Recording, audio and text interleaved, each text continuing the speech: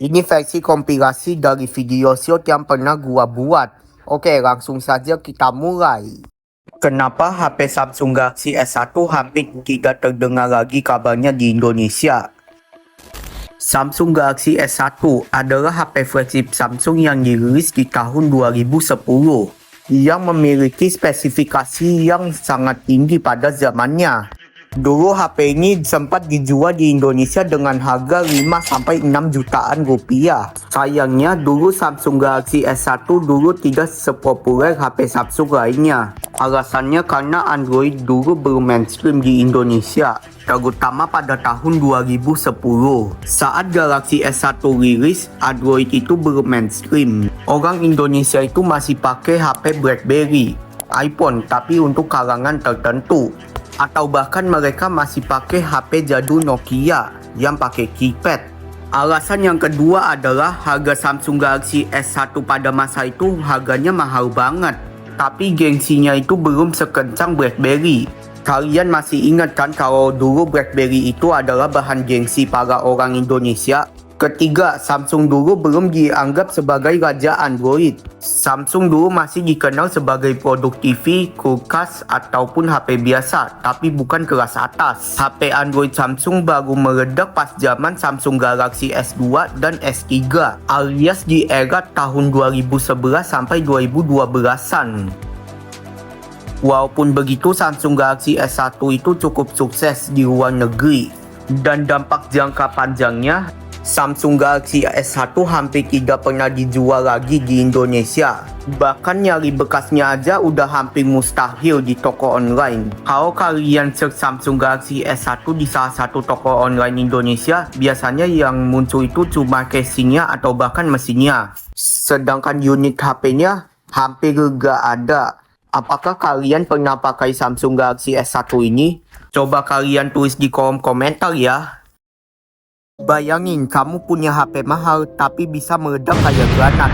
Inilah kisah tragis Samsung Galaxy Note 7. Samsung Galaxy Note 7 adalah HP flagship Samsung yang dirilis di tahun 2016 dengan spesifikasi tinggi pada zamannya. Namun naasnya, Samsung Galaxy Note 7 mengalami kejadian yang tragis. Banyak laporan tentang kasus Samsung Galaxy Note 7 ini meledak dan secara tidak langsung melukai pemiliknya. Penyebab meledaknya Galaxy Note 7 adalah masalah pada baterai. Desain baterai Samsung Galaxy Note 7 itu terlalu maksa. Note 7 pakai baterai 3500 mAh tapi bodinya tipis banget. Dan masalahnya adalah ruang baterai terlalu sempit yang membuatnya rawan meledak jika suhunya terlalu panas. Dan parahnya lagi, Samsung terburu-buru untuk merilis Samsung Note 7. Dampak negatifnya, Samsung mengalami kerugian yang sangat besar, yakni 5 miliar US dollar, dan menarik Samsung Note 7 di seluruh peredaran. Dan di tahun 2017, Samsung merilis Samsung Note FE dengan desain dan spesifikasi yang hampir mirip. Bedanya Samsung Galaxy Note FE itu diperkecil baterainya menjadi 3200 mAh. Sayangnya Note FE sekarang udah jarang banget dijual karena dulu gak dijual secara besar-besaran. Jadi gimana menurut pendapat kamu? Coba tulis di kolom komentar ya. HP LG itu inovatif, tapi kenapa dia mati di smartphone? Dulu HP LG itu berani beda dari yang lain. Mereka bikin HP yang inovatif pada zamannya. Seperti HP layar panjang pertama yaitu LG BL40, HP layar ganda yang bisa diputar yaitu LG Wings, dan HP konsep modular LG G5. Pokoknya HP-HP LG itu konsepnya keren banget. Namun masalahnya, eksperimen LG itu sering setengah matang. Banyak HP-nya panas, software update telat, dan performanya gak konsisten. Saat brand lain fokus menyempurnakan produk, LG malah terlalu sering ganti konsep dan bikin orang menganggap kalau HP LG itu terlalu ribet. Karena kerugian terus-menerus setiap tahun dan pasar smartphone terlalu kejam, Samsung, Apple, Xiaomi terlalu dominan, akhirnya pada tahun 2021 LG resmi cabut dari bisnis smartphone. Inovatif iya, eksekusi sayangnya enggak. Fun fact, sebenarnya LG menang di tempat lain seperti TV, monitor, laptop, atau bahkan brand lain. Jadi gua mau nanya ke kalian, apakah kalian pernah pakai HP LG? Tulis pengalaman kalian di kolom komentar ya. Selamat tinggal Asus ROG. Ini adalah akhir dari HP gaming Asus ROG. Iya guys, gua baru-baru ini mendengar berita kalau Asus berhenti memproduksi HP ROG. Asus ROG, HP yang kita dewa-dewakan sebagai HP gaming kini stop produksi. Intinya ROG Phone 9 dan Zenfone 12 Ultra menjadi lini terakhir Asus di dunia smartphone. Alasannya sih karena mereka ingin fokus ke perangkat PC atau device-device AI saja.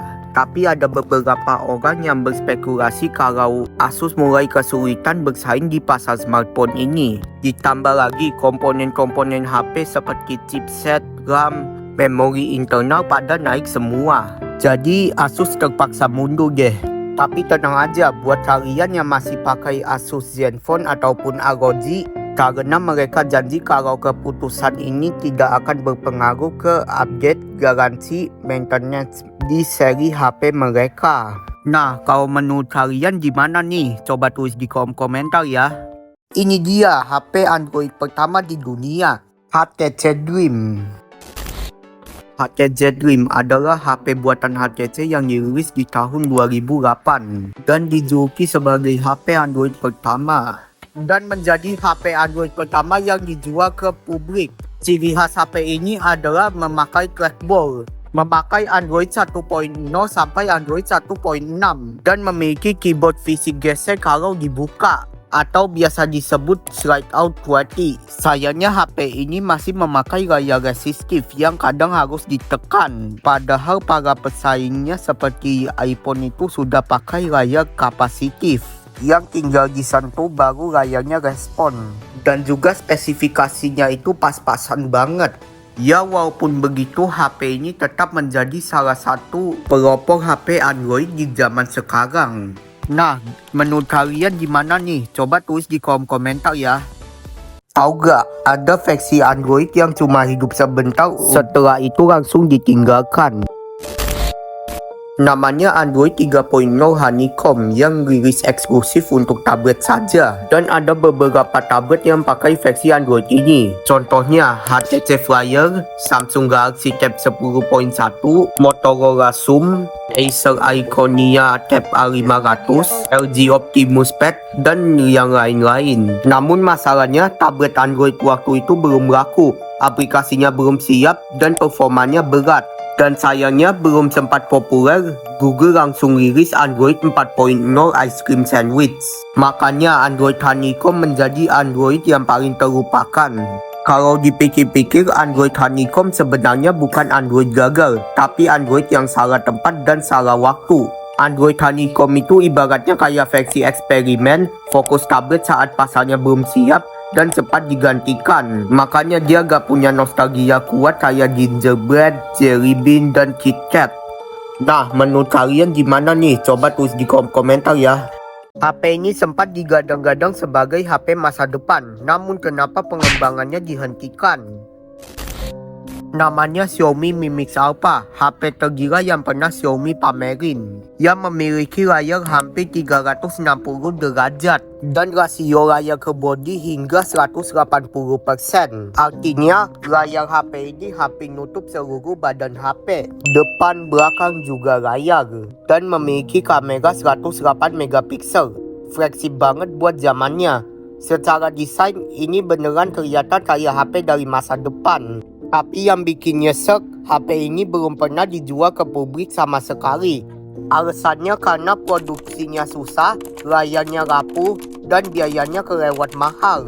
Bahkan di GSM Arena-nya itu statusnya bukan discontinued, tapi cancelled, yang berarti pengembangan HP ini tuh dihentikan. Xiaomi Mi Mix Alpha itu menurut gua bukan HP gagal, tapi teknologinya yang terlalu cepat lahir. Bukan jelek, dunianya aja yang belum siap. Nah, bagaimana menurut kalian?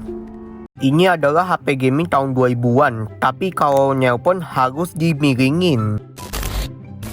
Tahun 2003, Nokia bikin HP yang mirip dengan konsol game. Namanya Nokia N-Gage. HP gaming Nokia di era tahun 2000-an. Bisa main game pakai cartridge. Sayangnya HP ini gagal di pasaran.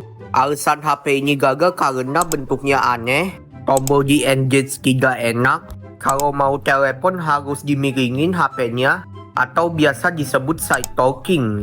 Terus kalau mau ganti game harus buka baterai dulu. Dan mirisnya gamenya itu dikit, tapi mahal banget, yakni $299 atau sekitar 5 juta rupiah kalau yang sekarang. Akibatnya, HP ini dapat banyak bulian dari netizen, penjualannya jeblok, dan kalah saing dengan Game Boy Advance. Sebenarnya Engage itu gagal, tapi idenya terlalu cepat maju dan ambisius pada zamannya. Nah, kalau menurut kalian gimana nih? Coba tulis di kolom komentar ya.